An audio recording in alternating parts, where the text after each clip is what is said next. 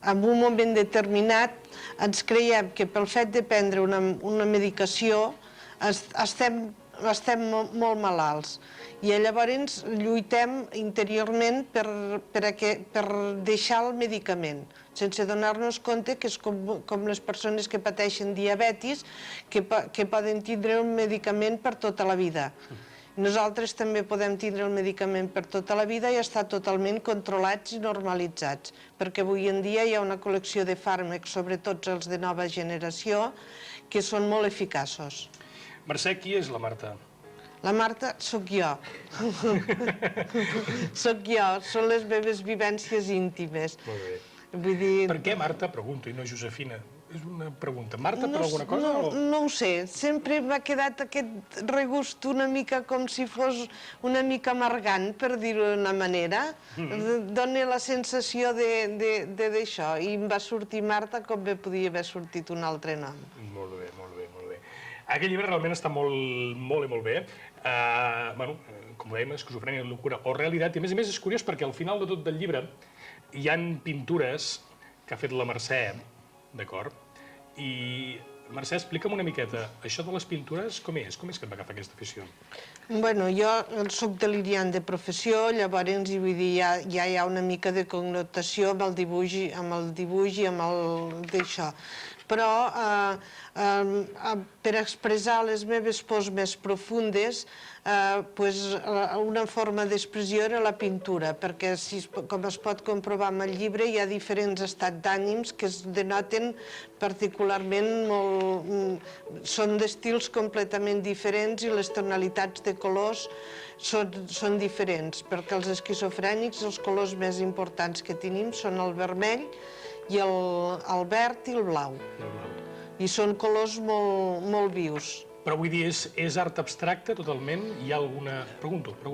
Em faig de tot. Em faig més aviat flors, perquè sí, a través de les flors m'expresso molt, potser perquè m'agrada la jardineria i m'agrada passejar pel bosc, vull dir... Jo crec per això que aquest llibre és de lectura obligada, de debò ho dic, per tota aquella gent que... Perquè no només és un llibre que jo crec que parla sobre l'esquizofrènia, sinó que també és una manera... Parla una miqueta de com superar un mateix un trauma.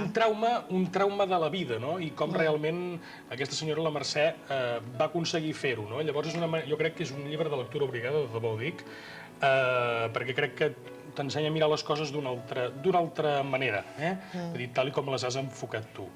El que sí que també crec, Mercè, és que és realment el que he estat mirant una miqueta, que és trist que també s'hagi d'esperar que molta gent estigui afectada per aquesta malaltia perquè s'inverteixi en tema d'investigació. O sigui, realment és curiós perquè, com més en augment va l'esquizofrènia, més s'investiga i més solucions s'hi troben. És una mica un peix que es mossega la cua, no? O sigui, realment... que millor, no? O sigui, com més esquizofrènics millor, i llavors tindrem més diners per investigar, no? I això crec que passa amb moltes malalties. Sí, el que passa és que l'esquizofrènia s'ha de considerar, per dir d'una manera, que té uns factors importants a tenir en compte. Per una banda hi ha l'herència genètica, però tenim els gens que tenim i avui per avui no els podem triar. Per una altra banda hi ha el factor d'algun trauma o alguna pèrdua que es queda gravada en el cor i en la memòria i que de vegades és difícil d'esborrar. I per una altra banda, un factor molt important és l'estrès. I avui en dia viure estressat és una cosa quotidiana i que cada dia hi vivim més.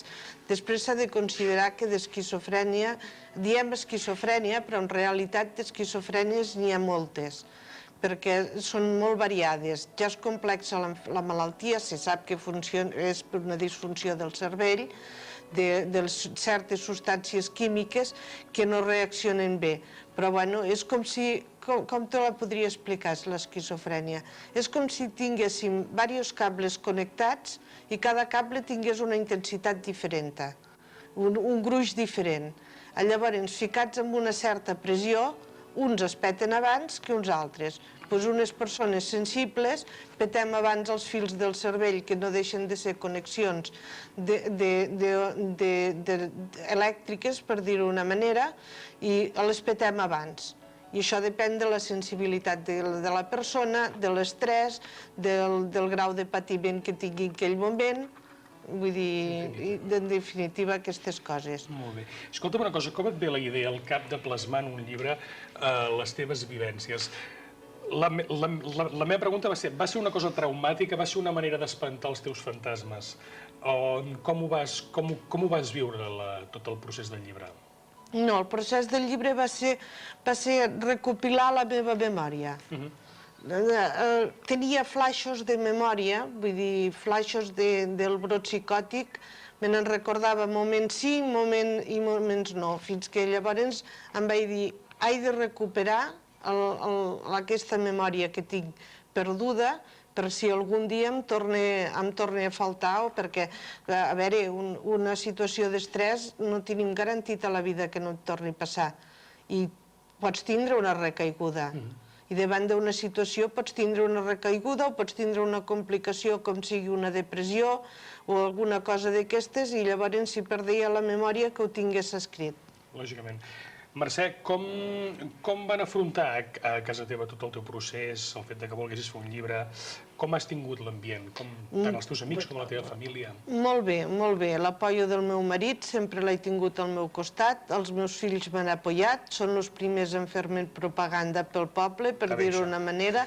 A la presentació d'aquí a Vic no van poder assistir-hi perquè estaven treballant, però van vindre a la de Barcelona i vindran a la de Lleida, que es fa el dia 28 d'aquest mes. Vull dir, molt bon apoyo. I els amics també m'han col·laborat amb tot el que els he demanat i molt bé. La gent que es compri aquest llibre, què creus que sentirà?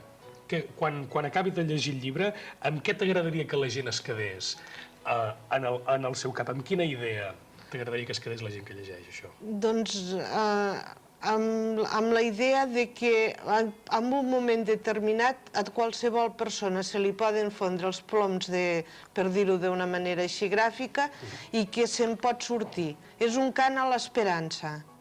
Jo he pretès ser un instrument de pau i donar exemple de dir si jo me n'he sortit, moltes persones se'n poden en sortir i que no deixin, sobretot, els medicaments sense prescripció mèdica, perquè és el gran problema de les grans recaigudes que hi ha, que en un moment determinat deixen els medicaments de patac i això és una recaiguda pràcticament segura.